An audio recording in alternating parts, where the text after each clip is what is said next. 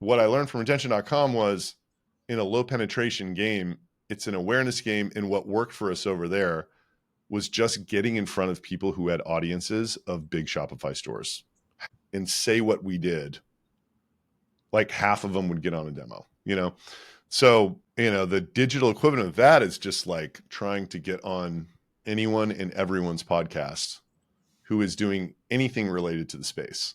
I don't think if anybody else posted, you know, I'm looking to get on podcasts to get like 10 bookings in the comments, you know, but you know, you can hire Lemon Pie and they'll, you know, you pay them 7-8 grand a month and they will guarantee you like, I don't know, I think they guarantee you like 50 podcasts in it. They'll guarantee you like 1 a week or 2 a month or something like that, getting you on shows like this.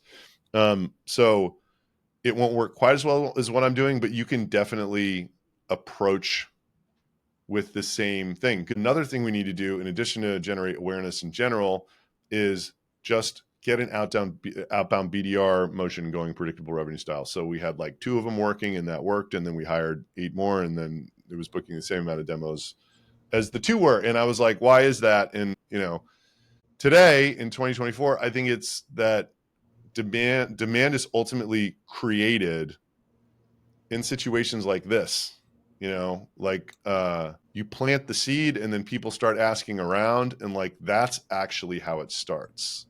I don't think it starts anymore with a BDR emailing someone being like, hey, like who on your team handles, you know, site visitor identity or like whatever, right?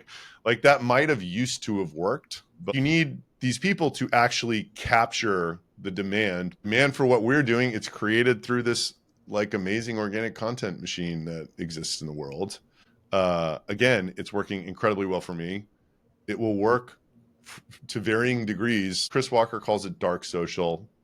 You know, 6th Sense calls it the dark funnel. How are you going to get in front of other people's audiences, right? Just think about it this way. It's like if 10 people are listening to this, there's no way that at least a few of them aren't like, oh, well, I like what he has to say.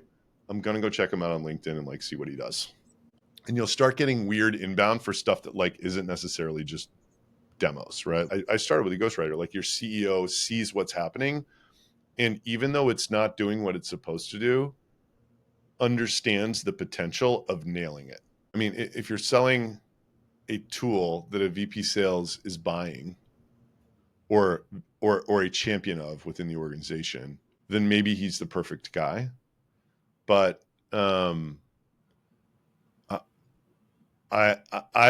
think that the CEO is the most credible.